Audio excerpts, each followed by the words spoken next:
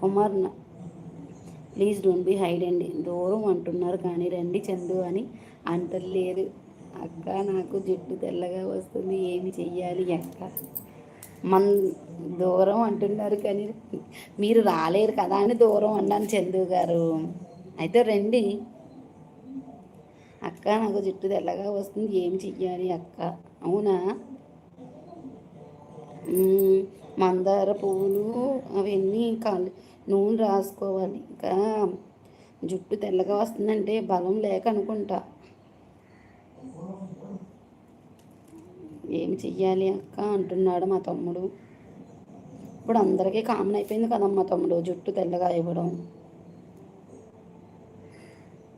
రండి చందు గారు, always welcome.